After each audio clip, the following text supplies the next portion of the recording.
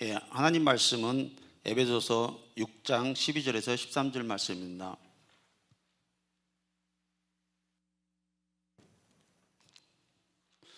다 찾은 줄 알고 보겠습니다. 우리의 싸움은 인간을 적대자로 상대하는 것이 아니라 통치자들과 권세자들과 이 어두운 세계의 지배자들과 하늘에 있는 악한 영들을 상대하는 것입니다. 그러므로 하나님이 주시는 무기로 완전히 무장하십시오. 그래야만이 여러분이 악한 날에 그 적대들을 대항할 수 있으며 모든 일을 끝낸 뒤에 설 수 있을 것입니다. 아멘. 네, 저희는 계속해서 에베소서 말씀을 살펴보고 있는 가운데 있습니다.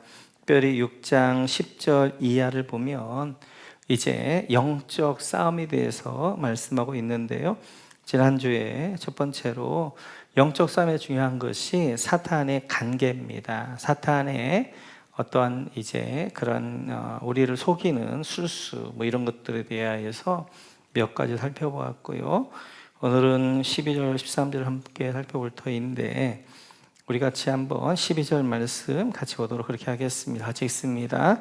우리의 싸움은 인간을 적대자로 상대하는 것이 아니라 통치자들과 권세자들과 이 어두운 세계의 지배자들과 하늘에 있는 악한 영들을 상대로 하는 것입니다. 여러분, 우리의 싸움은 인간을 적대자로 밑줄 그어주시고 아니라 밑줄 그어주시고, 저 밑에 보면 하늘에 있는 악한 영들을 상대 밑줄 그어주시고요. 그래서 우리의 싸움은 육적인 싸움이 아니고 악한 영과의 영적 싸움이 되어집니다. 그래서 이제 요한계시록 12장을 보면 이렇게 말씀하고 있는데요. 같이 한번 볼까요? 요한계시록 12장 1절에서 6절입니다. 같이 한번 읽죠. 시작. 그리고 하늘에 큰 표정이 나타났는데 한 여자가 해를 둘러 걸치고 달을 그 발밑에 밟고 12별이 박힌 면류관을 머리에 쓰고 있었습니다. 이 여자는 아이를 베고 있었는데 해산의 진통과 괴로움으로 울고 있었습니다. 또 다른 표징이 하늘에서 나타났습니다. 머리 7개와 뿔 10개가 달린 커다란 붉은 용 한 마리가 있는데 그 머리에는 왕관을 7개 쓰고 있었습니다. 그 용은 그 꼬리로 하늘의 별 3분의 1을 휩쓸어서 땅으로 내던졌습니다. 그 용은 막 해산하려고 하는 그 여자 앞에 서서 그 여자가 아기를 낳기만 하면 삼켜버리려고 노리고 있었습니다. 마침내 그 여자는 아들을 낳았습니다. 그 아기는 장차 쇠지팡이로 만국을 다스릴 뿐이었습니다. 벼랑간 그 아기는 하나님께로 곧 그분의 보좌로 이끌려 올라갔고 그 여자는 광야로 도망을 쳤습니다. 거기에는 1261일 동안 사람들이 그 여자를 먹여 살리도록 하나님께서 마련해 주신 곳이 있었습니다. 아멘. 어떤 이야기인 것 같아요? 어떤 이야기? 딱 읽어보면 어떤 이야기 딱 나오잖아요. 아이를 낳는데 용이 아이를 이제 삼키려고 하고 있는데요. 네, 아는데 말로는 그렇죠. 네, 예수님을 죽이려고 했던 사건이지요. 그래서 이 사건은 이제 예수님이 태어나자 예수님을 헤롯이 이제 베들레헴 근도에 있는 아이들을 다 죽임으로 인하여서 이제 예수님을 죽이려고 했던 그 사건을 잘 설명하고 있습니다. 그때뿐만 아니라 역사적으로 그렇죠. 사탄이 하는 일들은 뭐였냐면 어떻게든지 메시아가 이 땅에 못 오게 하는 일들을 사탄이 하려고 했지요. 그래서 어떻게 했냐면 아벨을 죽입니다. 아벨 계열에서 이제 예수님 오니까 아벨을 죽이면 못 오겠지. 그리고 또 어떻게 했어요? 노아 시대 같은 경우는 서로 섞여버리게 만들었고, 또 이제 오다가 이제 뭐 모세 같은 때는 바로를 통해서 어떻게 했어요? 아이를 낳으면 다 그냥 이제 그 나일을 강에 버려라, 죽여라, 사내 아이를 죽여라. 그래서 사내 아이를 다 죽이면 유다 아브라함과 이삭과 야곱과 유다 지파를 통해서 오는 메시아가 안 올 거 생각했던 거죠. 또한 사울을 통하여서 다윗의 후손 오기 때문에 다윗을 죽이려고 10년 쫓아다닙니다. 다윗을 죽이면 메시아 오지 않을 거라고 하고, 또 아달랴를 통하여서 다윗의 왕족에 있는 모든 왕자들 다 죽입니다. 그러면 메시아가 못 오겠지. 그런데 계속해서 그 가운데 메시아의 계보는 계속 이어져 가게 되어지고, 결국 예수님이 태어났지만 예수님이 태어나자 이제 헤롯이 베들레헴 근동에 있는 아이를 헤롯이 이제 동방박사에 말하게 되어지죠. 나도 왕의 배에 경배할 수 있도록 찾으면 나에게 알려달라라고 했는데, 그들이 이제 자기 고향으로 하나님 천사의 말을 듣고 감으로 말미암아 헤롯이 베들레헴 근동에 있는 2살 이하의 사나이는 다 죽이라. 근데 그때도 어떻게 하나님의 천사가 요셉을 통해 예수님을 이집트로 피신하게 되어져서 살리게 되어지죠. 이런 일들이 계속 역사 가운데 있게 되어집니다. 오늘 예수님이 태어났을 때 예수님을 죽이려고 했던 사람은 헤롯인가요? 사탄인가요? 사탄도 맞고 헤롯도 맞고. 그러니까 헤롯은 이제 예수님을 죽이려고 했는데, 사실은 겉으로는 헤롯이 죽인 것 같이 했지만 그 뒤에 누가 있었던 것이에요? 사탄이 있었던 거죠. 사탄이 헤롯을 통하여서 예수님을 죽이려고 하게 되어진 거죠. 만약 헤롯에게 너는 사탄에게 이용당한 거야, 너희 뒤에서 사탄이 너로 하여금 그 예수를 죽이러 간 거야 라고 했으면 화냈을 거예요. 내가 왕인데 누구 말을 들어? 내가 누구 말을 듣는단 말이야. 내 뒤에 사탄이 있어서 나를 그렇게 해서 아니야 라고 이야기했을 것입니다. 아닙니다. 헤롯이 그렇게 했지만 겉으로 헤롯이지만 속에서 뒤에서 누가? 사탄이. 사울이 이제 다윗을 죽인다고 막 쫓아다녀서 다윗을 10년 동안 죽여야 되겠다고 쫓아다녔는데, 겉으로는 사울이 자기의 욕심 때문에 그런 것 같았지만 사실은 그 뒤에는 누가 있는 거예요? 사탄이 있는 거죠. 사탄이 어떻게 하든지 다윗을 죽이면 다윗의 왕권을 통하여서 메시아가 못 오게 되어지니까 다윗을 죽이려고 했던 거죠. 이렇듯이 오늘 우리의 싸움이라는 것은, 우리는 영적인 존재들입니다. 그러니까 하나님의 영의 통치를 받든지 아니면 악한 영의 통치를 받든지 둘 중 하나란 말이에요. 내 마음대로는 없습니다. 그래서 우리는 누구나가 다 어떤 영의 통치를 받느냐에 따라서, 그 영의 통치에 따라서 우리의 행동의 결과들이 있게 되어져요. 오늘 그 이야기를 하고 있는 거예요. 그래서 우리가 이제 신앙에서 보면 어린아이 신앙과 청년 신앙이 있는데, 어린아이 신앙과 청년 신앙의 차이는 뭐냐면, 어린아이 신앙은 사람과 싸워요. 그래서 어린아이 신앙의 특징이 시기와 다툼입니다. 사람을 시기하고 사람과 분쟁하고 다툼하게 되어지고, 청년 신앙이 되어지면 영적 싸움의 대상이 달라지는 거예요. 이제는 사람과 싸우는 것이 아니라 악한 영과의 싸움을 하게 되어지는 거예요. 그래서 우리는 때때로 내가 이해가 안 될 때도 있을 것입니다. 또 이제 우리 VIP가 이해가 안 될 때도 있을 것이고, 목원이 이해가 안 될 때도 있을 거예요. 근데 그때마다 그 사람이 아니라 그 사람 통치하고 있는 영을 봐야 된단 말이에요. 그 영에 의하여서 그의 삶의 모습들이 나오게 되어져요.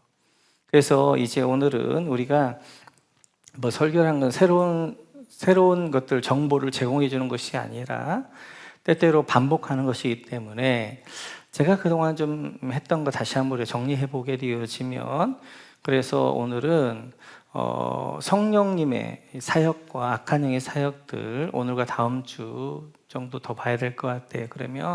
그러면서 사람 볼 때마다 그 사람이 어떤 행동을 하는, 그 사람이 아니라 그 사람 너무 뒤에 있는 악한 영, 그 다음에 성령의 역사들을 봐야 되는 거예요. 그래서 이제 우리가 한번 오늘은 그 부분들을 함께 살펴보도록 그렇게 하겠습니다. 우리 같이 한번 요한계시록 4장 5절입니다. 요한 같이 읽죠. 시작. 그 보좌로부터 번개가 치고 음성과 천둥이 울려 나오고 그 보좌 앞에는 7개의 횃불이 타고 있었습니다. 그 7 횃불은 하나님의 7 영이십니다. 아멘. 하나님은 7 영이라는 거예요. 7 영이란 말은 성령이 7분이다 그런 말이 아니라, 성령이 하시는 사역이 크게 7가지의 사역이에요. 그래서 계속해서 성령의 7영에 대해서 말씀하게 되어집니다. 반대로 사단은 하나님을 모방하는 자이기 때문에 사단의 사역도 7가지 악한 사역이 있어요. 그래서 하나님의 7가지, 하나님의 성령님의 7가지 사역과 또한 같이 비교하면서, 그러면 사탄은 그 7가지 악한 사역이 어떤 사역들이 있는가 하는 것들을 같이 한번 살펴볼 터인데요. 첫 번째는 요한복음 16장입니다. 같이 한번 읽습니다. 시작. 그러나 그분 곧 진리의 영이 오시면 그가 너희를 모든 진리 가운데로 인도하실 것이다. 그는 자기 마음대로 말씀하지 않으시고 듣는 것만 일러주실 것이요 앞으로 올 일들을 너희에게 알려주실 것이다. 아멘.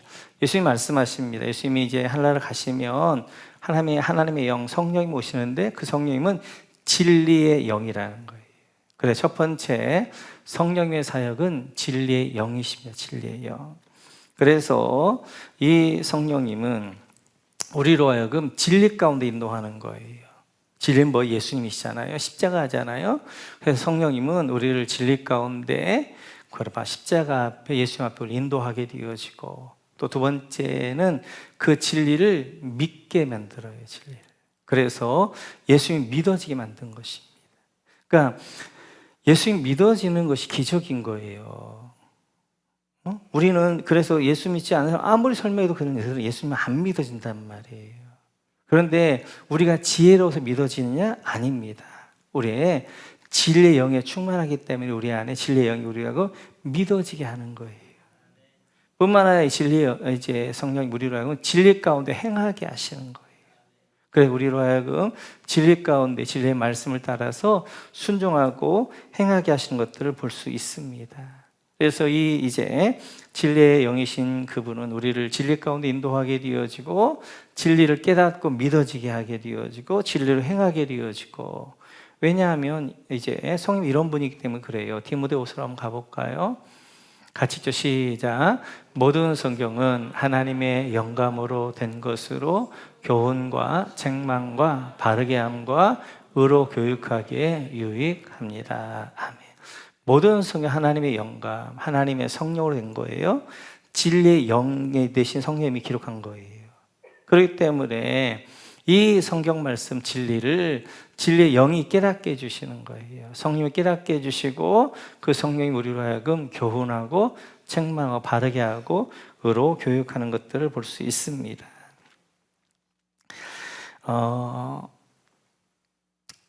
이제 교회를 다니는데도 안 믿어지는 분들이 계세요.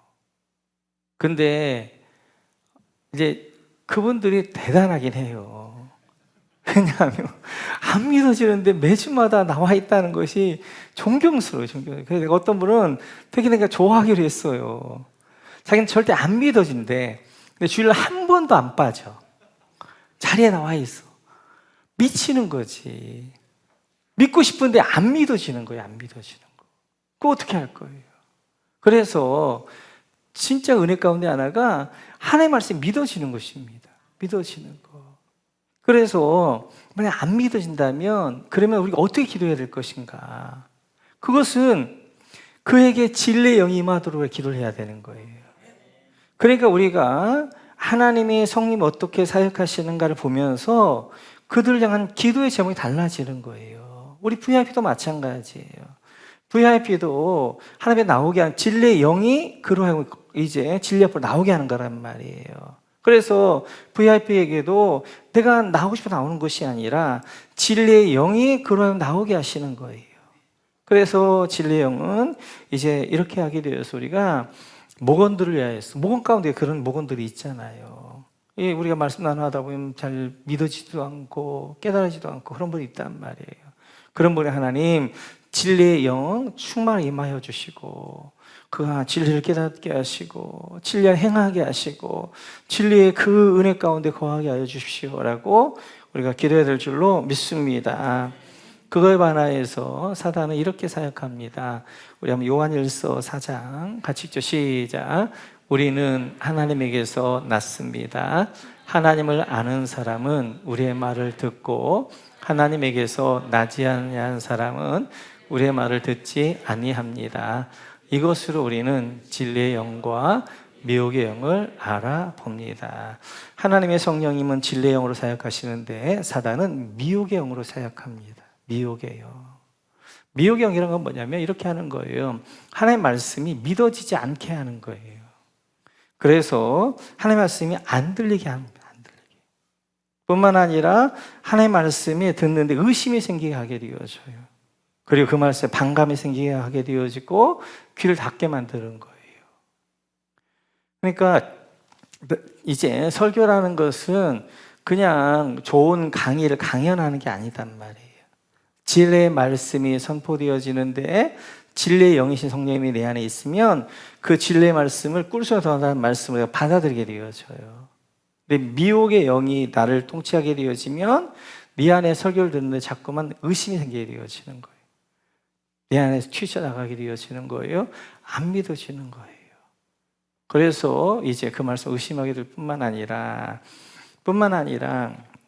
사탄은 사람들 미혹합니다. 그래서 우리가 이해가 안 되어지는 것이 이단들이잖아요. 어떻게 저 노인네 이만희가 보혜석 하나님이냐고요. 어떻게 장길자는 여자가 그것도 이제 그 남편의 그 불륜 가운데 있었던 그 여자가 어떻게 어머니 하나님이냐고요. 우리는 말이 안 되는 거잖아요. 말이 안 돼. 그런데 그들은 믿어진다는 말이에요. 그게 믿어져요. 그게 믿어져. 그래서 우리가 아무리 이야기해도 그들은 귀가 안 되는 거예요. 이만희가 보혜사가 하나님이고 장길자가 어머니 하나님이란 말이에요. 왜 그러냐? 미혹영에 쓰이면 그런 거예요. 미혹영에. 그래서 미혹영에 하면 딱 쓰이게 되어지면 진리가 안 들리고 사탄의 미혹의 말이 믿어지는 거예요. 믿어지는 거. 그래서 사탄은 미혹영으로 사람들이 어떻게 하는 거예요? 미혹해서 하나님 말씀에 떠나가게 하게 되어지고 그렇습니다. 그래서 우리 가운데 자꾸 하나님 말씀에 대해 의심이 생기려고 하게 되어지면 빨리 기도하셔야 돼요.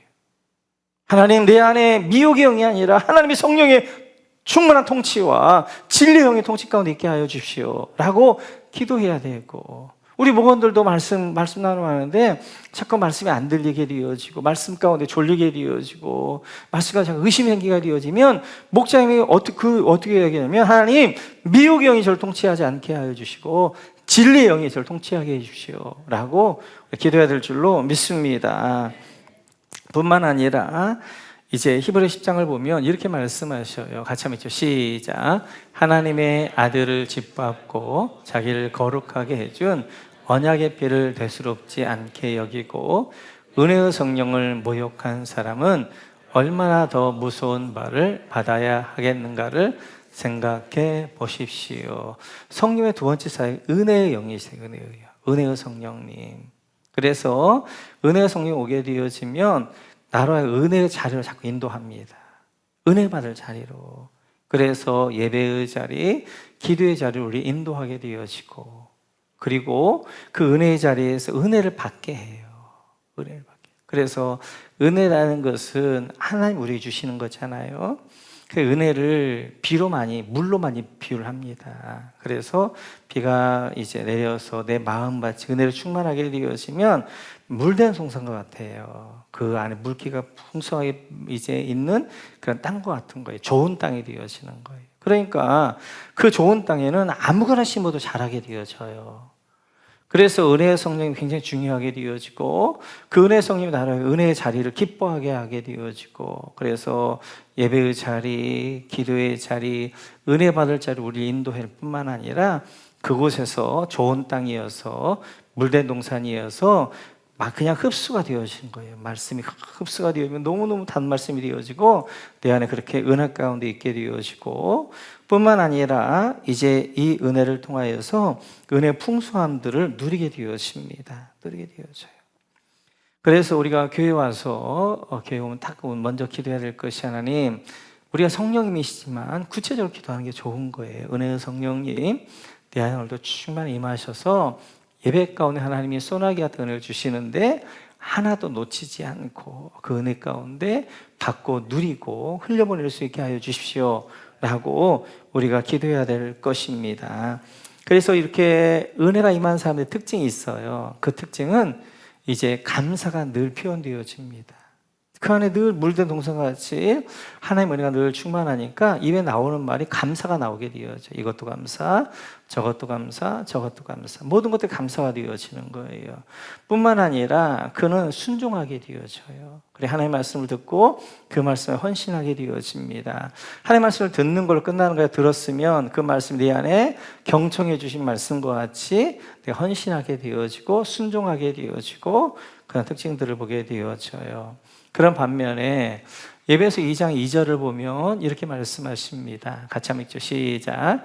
그때 여러분은 허물과 죄 가운데에서 이 세상의 풍조를 따라 살고 공중의 권세 잡은 통치자 곧 지금의 불순종의 자식들 가운데서 작용하는 영을 따라 살았습니다. 이제 은혜의 영과 반대로 사탄이 하고 있는 역할, 이제 사역 가운데 두 번째 사역은 불순종의 영입니다. 그러니까 사탄의 영은 불순종의 영이에요. 그래서 왜냐하면 우리는 그렇잖아요. 비가 오지 않으면 땅이 이제 쫙쫙 갈라지게 되어지고 그리고 먼지가 푸석푸석 나는 것처럼 하나님의 은혜가 없으면 우리 심령이 메마른 심령이 되어지는 거예요. 그래서 영적으로 쫙쫙 갈라지니까 푸석푸석 해가지고 뭔가 조금만 와도 그냥 막 불평, 조금만 더 불순종. 그러다 보니까 은혜가 사라지니까 강팍한 심령이 되어지는 거예요. 강팍한 심령이 되어지니까 감사가 많이 나오는 것이 아니라 불평이 많이 나오게 되어지고 결국 불순종하게 이제 나를 이끌어가는 것들을 보게 되어집니다. 그래서 우리 가운데 내 안에 감사가 좀 많다. 그러면 은혜의 성령으로 충만해 있구나. 내가 하나님의 말씀을 순종하려고 한다. 그러면 내가 은혜의 말씀, 은혜의 영이 내 충만해 있구나. 근데 내 안에 자꾸만 불평이 나온단 말이에요.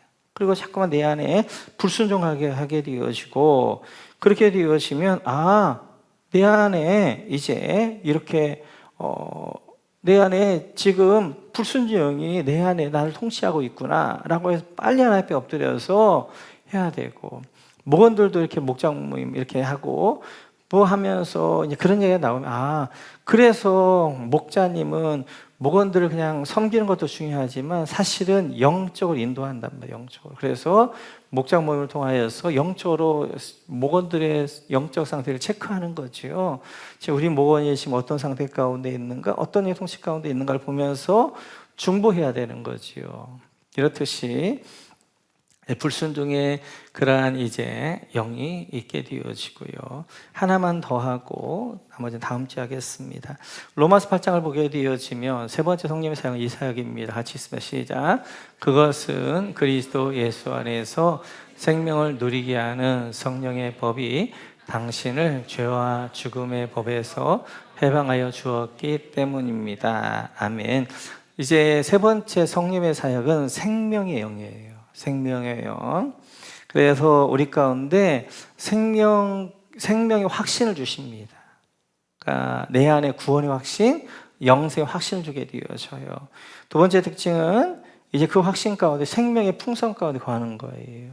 그래서 우리 하나님이 생명이시잖아요. 생명이 늘 붙어있게 되어지니까 그 생명에 의해서 주시는 하나님이 주시는 풍성함들을 누리는 삶들을 살게 되어지고 그리고 또한 이런 분들은 생명 살릴 일들을 기뻐하게 되어져요. 기뻐하게 되어져요. 그래서 생명의 영이 오게 되어 생명의 영으로 충만하게 되어지면 네 안에 생명력이 있는 신앙이 돼요. 생명력 있는 신앙.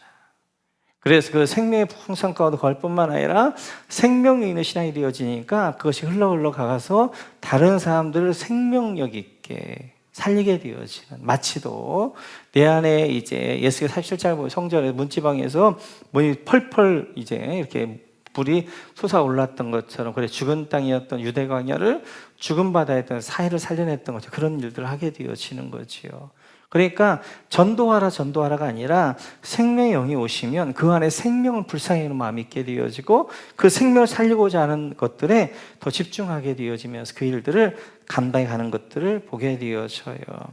뿐만 아니라 열왕기상 22장을 보면 사단이 이럽니다. 같이 한번 읽죠. 시작. 한 영이 주님 앞에 나서서 말합니다. 제가 가서 그를 깨어내겠습니다. 그러자 주님께서는 그에게 물으십니다. 그를 어떻게 깨어내겠느냐? 22절.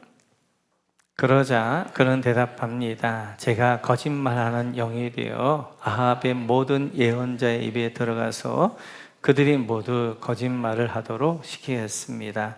그러자 주님께서 말씀하십니다. 네가 그를 깨어라. 틀림없이 성공할 것이다. 가서 곧 그렇게 하여라. 그래서 세 번째, 사단의 영은 거짓말의 영입니다. 거짓말이에요. 사단은 거짓말로 사람들을 속여서 멸망으로 이끌어가게 되어지는 거예요. 그래서 하와에게도 거짓말했잖아요. 네가 이 선악과 먹으면 하나님같이 돼. 거짓말했단 말이에요. 그래서 선악과를 따먹게 만들고 그로 하여금 이제 생명의 멸망으로, 죽음으로 그를 이끌었던 것도 볼 수 있습니다. 사단은 세상 사람들에게 거짓말로 세상을 하는 것이죠. 이 세상 하나님이 창조한 게 아니야. 진화된 거야. 거짓말하면서 어떻게 하는 거야? 하나님을 믿지 못하게 만드는 거죠. 천국과 지옥 없어. 이 땅의 전부야. 이 땅에서 먹고 마시고 이 땅에 즐기는 거야. 그러면서 하늘을 바라봐야 되는 땅을 바라보게 하게 되어지고. 그래서 사람들을 거짓말로 다 속여서 어떻게 하는 거예요? 생명을 떠난 멸망으로 이제 멸망 가운데 인도하는 것이죠. 그리고 요한복음 8장을 보면 예수님께서 사탄을 이렇게 말합니다. 같이 읽죠. 시작. 너희는 너희 아비인 악마에게서 났으며 또 그 아비의 욕망대로 하려고 한다. 그는 처음부터 살인자였다. 또 그는 진리 편에 있지 않다. 그것은 그 속에 진리가 없기 때문이다. 그가 거짓말을 할 때에는 본성에서 그렇게 하는 것이다.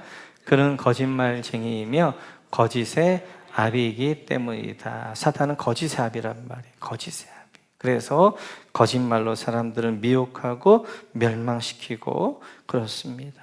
그래서 하나님의 이제 생명이 내 안에 오시면 이제 내가 생명의 풍성함을 누릴 뿐만 아니라 생명 살릴 일들을 내가 감당해 가지만, 그러나 자꾸 악한 영이 오게 되어지면 이렇게 거짓말 이제 죽이고 멸망시키고 이런 일들에 이제 앞장서는 것들을 보게 되어져요. 그래서 우리는 어찌하든지 생명으로 충만하셔야 돼요. 그래야 이 생명의 영이 우리 안에 생명력이 있는 신앙이 되어지면서 생동감 있는 신앙, 살아있는 신앙이 된단 말이에요. 뿐만 아니라 사람을 살리게 되어지고. 그래서 제가 저번 금요일 날이었던가요? 제가 고나일 때였던가? 했던 것처럼 평소를 준비할 때 하나님 딱 한 달 한 달을 생각나게 하시는 거예요. 그래서 재작년인가는 성령 충만. 그래서 성령 충만해서 우리가 평소에 기도했습니다. 그랬더니 제가 평소에 때 쭉 보니까 정말 성령이 충만한 거예요. 그러니까 우리는 엉성하게 시작했는데 뭐 본당에도 카페에도 뭐 이제 그다음에 식당에도 어디도 하나님의 충만한 빈자리가 없이 충만한 그런 것들 느끼더라고요. 이번에는 하나님의 생기입니다. 생기. 그래서 이 평소를 통하여서 우리 자체도 생명 있는 신앙, 생동감 넘치는 신앙, 그리고 왔던 천사님들도 주의 영 생기가 불어넣어서 생명 있는 신앙. 그래서 우리가 평소를 기도할 때 하나님, 이번 평세가 생명의 영, 바로 생기가 넘치는 그러한 이제 생명력 있는 그러한 평세가 되어지고, 우리도 이런 평세를 통하여서 다시 한번 주의 영 생기로 충만하고 생명의 신앙으로 나아가는 우리 모두가 되어주시기를 주님의 이름으로 축원합니다.